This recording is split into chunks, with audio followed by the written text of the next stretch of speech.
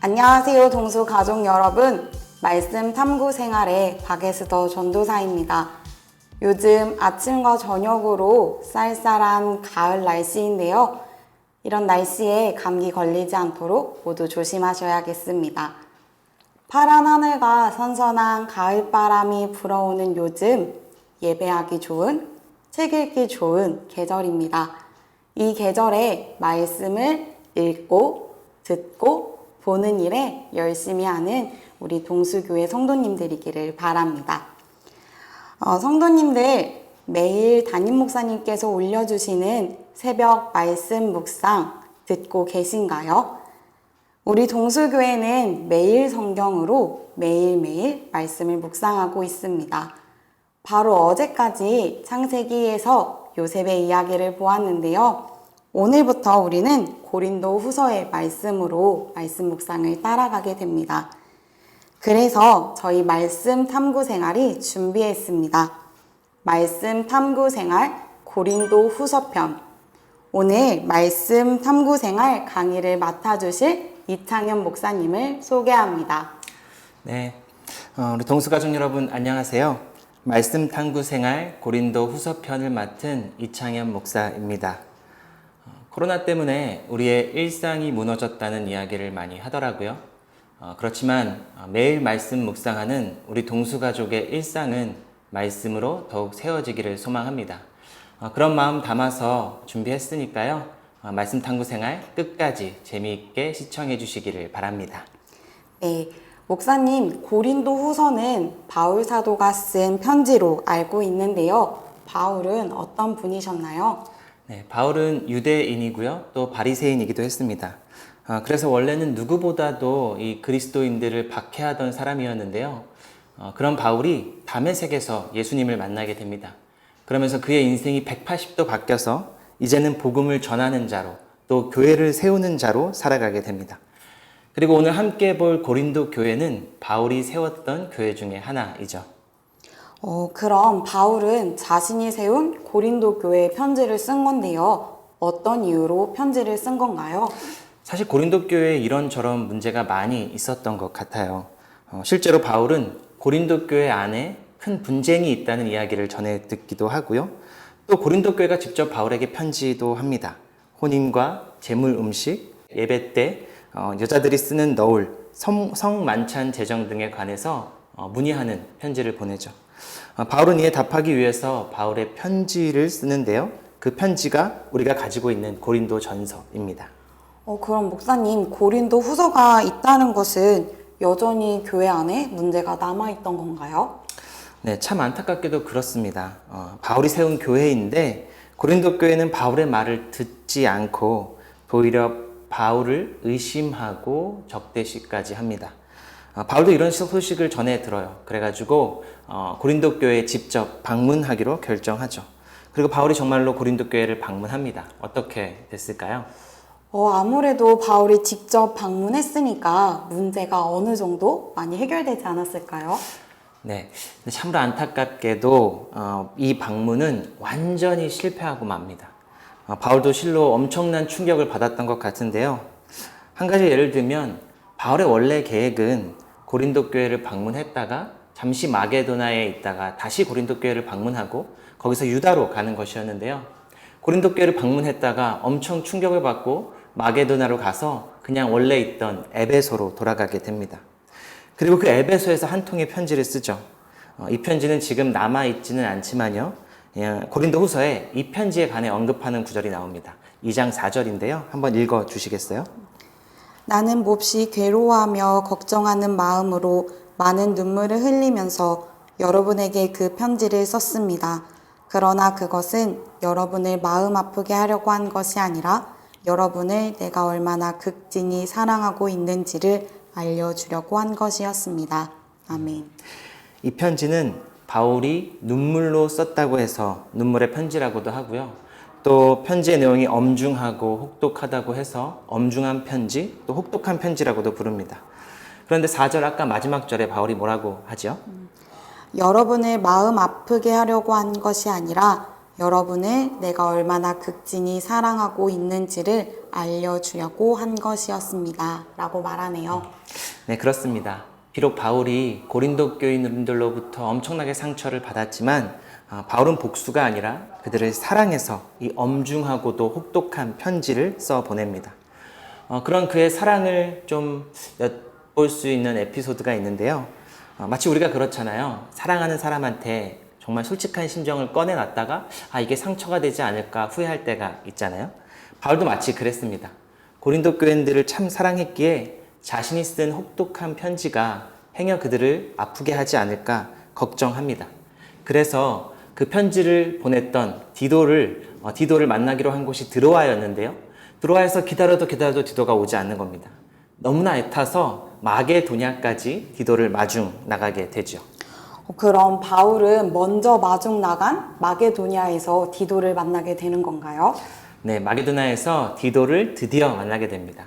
그리고 뿐만 아니라 디도가 기쁜 소식을 전하는데요. 바로 그것은 고린도 교인들이 회개했다는 소식을 듣게 되는 것입니다.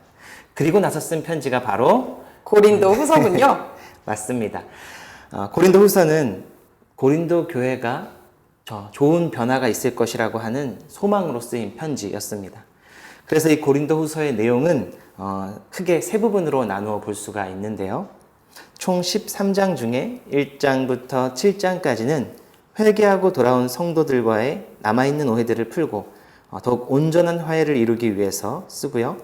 그리고 8장과 9장은 고린도 교회가 중단했던 예루살렘 구호 헌금을 다시 시작할 것을 권면하기 위해 씁니다.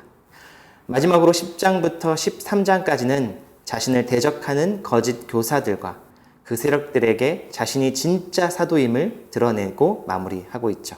네, 이렇게 보니까 고린도 후서에서 바울이 기뻐했다가 아프고 슬퍼했다가 화가 났던 모습이 이해가 되기도 합니다. 회개한 성도들을 보고 기쁘고 소망에 찼다가 자기를 적대시하는 이들을 보면 슬프기도 하고 거짓 사도들에게는 화가 났을 것 같기도 하네요. 네, 그렇게 고린도 후서의 문체만 보아도 바울의 마음이 드러나죠.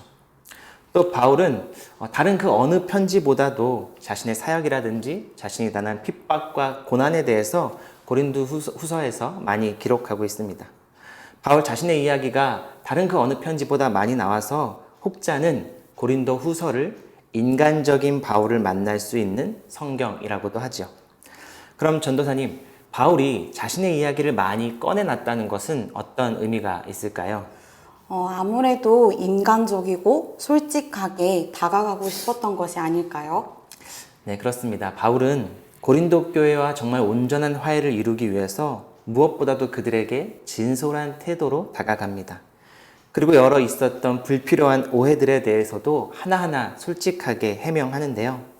먼저 아까 말씀드렸던 그 방문 계획이 바뀌고 취소되었던 것에 대해서는 그것이 자신의 변덕스러움이 아니라 그들을 아끼는 마음, 더 큰 오해가 커지고 그것이 또 퍼질까봐 걱정하는 마음 때문이었다고 말하고요.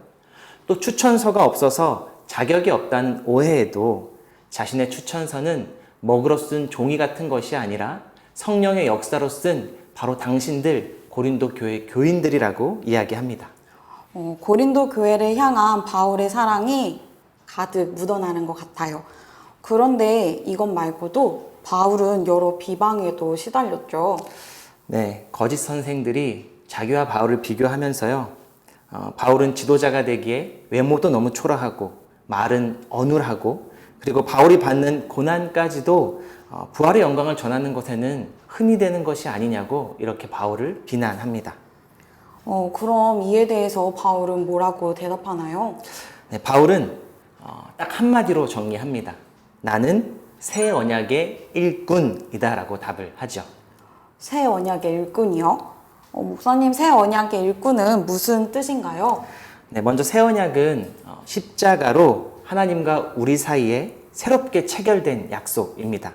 이제 더 이상 모세의 율법을 지킴으로써 구원받는 것이 아니라 십자가를 지신 예수 그리스도를 믿음으로 우리가 구원받게 된다는 것이죠. 바울은 이 십자가 복음을 전하는 것에 자신의 평생을 바치고 헌신합니다. 목사님의 이야기를 들으니까 십자가의 전달자라는 찬양이 생각납니다. 네, 십자가의 전달자 첫 소절이죠. 난 지극히 작은 자, 죄인 중에 괴수. 바울은 거짓 선생들과는 다르게 자기 자신을 자랑하는 것이 아니라 오직 십자가만 자랑했던 사람이었습니다. 또 바울은 이를 위해서 예수님의 삶 중에서 부활의 영광만을 차지하려고 했던 것이 아니라요. 그 부활의 영광을 위해서 십자가 고난을 당하신 예수처럼 자신도 그 고난에 참여하는 정말 진정한 사도였던 것이죠. 십자가 고난은 그렇기에 결코 부활의 영광에 흠집을 낼 수 없습니다. 바울의 고난도 마찬가지겠죠. 십자가 영광, 부활의 영광에 결코 흠이 될 수 있는 것이 아니었습니다. 그럼 이제 예루살렘 구호 헌금에 관한 8장과 9장의 말씀으로 넘어가 볼까요? 전도사님 8장 9절의 말씀 읽어주시겠어요? 네. 여러분은 우리 주 예수 그리스도의 은혜를 알고 있습니다. 그리스도께서는 부요하나 여러분을 위해서 가난하게 되셨습니다. 그것은 그의 가난으로 여러분을 부요하게 하시려는 것입니다. 아멘. 네, 감사합니다. 바울은 예루살렘을 위한 구호 헌금이 그것을 권면하면서 너그러운 마음으로 하되 그것은 결코 자선 활동이 아니라고 이야기하는 것이죠. 방금 읽은 말씀처럼 부요하신 예수님께서 친히 가난하게 된 그 희생에 참여하는 제자로서 구호 헌금을 하라고 권면합니다. 그럼 결국 바울에게는 구호 헌금도 새 언약의 일꾼으로서 감당하는 것이 되겠네요. 네, 그렇습니다. 오늘날에도 여러 구호 활동들이 있잖아요. 그런데 잘 보면 그런 구호 활동들이 나를 자랑하거나 나를 홍보하려는 목적으로 할 때가 있는 것을 봅니다. 그러나 우리 크리스찬들은 새 언약의 일꾼으로서요. 오른손이 한 일을 왼손이 모르게 내가 아니라 오직 십자가만 드러나도록 해야겠습니다. 아멘. 네, 그럼 이제 마지막으로 10장부터 13장까지 고린도 교회의 골칫덩어리죠. 거짓 교사들에 관한 말씀으로 넘어가 보겠습니다. 목사님, 거짓 선생들은 바울을 뭐라고 비난했나요? 네, 아까도 잠시 말씀드렸지만요. 그들은 바울의 외모가 너무 초라하고 또 말도 어눌하고 추천서도 없다고 비판합니다. 그리고 바울의 직업도 가지고 뭐라고 하는데요. 바울이 직업이 무엇이었냐면 천막을 만드는 사람이었습니다. 그 천막 만드는 일도 사회적으로 너무 낮은 신분이라고 바울을 비판하죠. 그럼 비난했던 선생들은 모두 외모가 잘생기고 말도 잘하고 사회적으로도 뛰어난 위치에 있던 건가요? 아마도 그랬던 것 같습니다. 이 거짓 선생들의 출신은 유대 지역이었던 것 같은데요. 그 추천서도 빵빵하고 지식과 언변도 뛰어난 사람들, 마치 오늘날로 따지면 굉장히 좋은 스펙을 가진 사람들이라고 할까요? 그리고 당시 고린도 지역은 그렇게 스펙이 좋은 사람들이 각광받던 시대였습니다. 그러나 바울은 새 언약의 일꾼이 되는 것에 있어서 그런 스펙은 중요하지 않다고 이야기해요. 그렇지만 또 한편으로 그런 스펙의 세상에 완전 젖어버린 고린도 교인들에게 너무 그런 세계관에 물들어 있기 때문에 11장에서 자신이 참 어리석은 모습이지만 용납해 달라고 하면서 바울도 자신의 스펙에 대해서 이야기합니다. 맞아요. 바울의 스펙도 만만치 않잖아요. 사실 바울도 스펙하면 빠지지 않는 사람이었죠. 유대인이면서 로마 시민권자이고 바리새인으로서 성경 전체를 암송하고 성경 지식도 풍부했던 사람입니다. 그리고 무엇보다도 거짓 사도들에게는 없었던 예수님을 체험한 체험적인 지식을 갖고 있던 사람이었죠.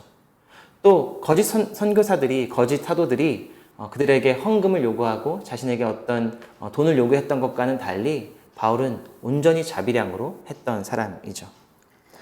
정작 바울은 자신이 자랑하고 싶은 것은 이런 것들이 아니라고 마지막에 힘주어서 이야기합니다. 바울이 자랑하고 싶었던 것이 이런 것들이 아니라면 정말 바울이 자랑하고 싶었던 것은 무엇인가요? 바울이 정말 자랑하고 싶었던 것은요, 그 자신의 연약함이라고 이야기합니다. 연약함이요? 어떻게 연약함이 자랑이 될 수가 있죠? 네, 본문 13장 4절을 읽어 주시겠어요? 그분은 약하셔서 십자가에 못 박혀 죽으셨지만 하나님의 능력으로 살아 계십니다. 우리도 그분 안에서 약합니다마는 하나님의 능력으로 그분과 함께 살아나서 여러분을 대할 것입니다. 아멘. 바울은 십자가 은혜 없이는 도무지 살 길 없는 자신의 연약함을 통해서 도리어 그 십자가의 은혜와 하나님의 자비와 부활의 영광이 더욱 빛나게 될 것임을 깨달았던 사람이었습니다. 약할 때 강함 되신다는 것이 바로 이런 것이군요. 네, 그렇습니다. 마지막으로 바울은 고린도 교회를 다시 방문할 계획을 이야기하면서요, 이렇게 이야기합니다. 여러분은 자기가 믿음 안에 있는지를 스스로 시험해보고 스스로 검증해 보십시오. 여러분은 예수 그리스도께서 여러분 안에 계시다는 것을 알지 못합니까? 모른다면 여러분은 실격자입니다. 바울은 고린도 교회의 문제의 핵심을 지적하고 있는 겁니다. 그것은 거짓 선생들이 있다는 것이 아니라 여전히 변화받지 못한 채로 그런 거짓된 선생들을 따르고 있는 곧 고린도 교인들이었던 거죠. 세속적인 가치를 추구하는 고린도 교인 자신들이 바로 고린도 교회의 문제였던 것입니다. 그래서 바울은 고린도 교인들에게 이야기하는 겁니다. 그리고 지금 고린도 후서를 읽고 있는 우리들에게도 이야기하고 있습니다. 당신은 세상 위에서 세상의 가치를 품고 있는가? 아니면 믿음 안에서 예수 그리스도를 품고 있는가? 그것을 스스로 검증해 보라고 말입니다. 네, 감사합니다. 목사님, 지금까지 이창현 목사님과 함께 고린도 후서편 전체적인 내용을 살펴보았는데요. 고린도 후서 편지 이후에 어떻게 되었는지 좀 궁금합니다. 바울이 거짓 사도들로부터 승리했나요? 고린도 교회는 바울이 신뢰할 만한 교회가 되었나요? 두 가지 면에서 고린도 후서가 효과가 있었다라고 생각이 드는데요. 첫째는 무엇보다도 고린도 후서를 그들이 버리지 않았다는 겁니다. 우리가 지금도 읽을 수 있게 잘 보관했다는 사실 하나와요. 둘째로는 바로 이후에 고린도 지역에서 바울이 로마를 향한 편지, 로마서를 씁니다. 그리고 그 안에 고린도 교인들을 향한 감사를 표시하고 있는데요. 감사 인사를 전할 만큼 분위기가 많이 좋아졌다는 것이죠. 이 정도면 어느 정도 고린도 후서의 효과가 입증된 것 아닐까요? 네, 고린도 교회를 향한 바울의 사랑은 해피엔딩이었던 거네요. 코로나로 인해 교회의 건의가 바닥으로 추락한 요즘 고린도 후서는 교회가 회복해야 할 가치가 무엇인지 깨닫게 해주는 것 같습니다.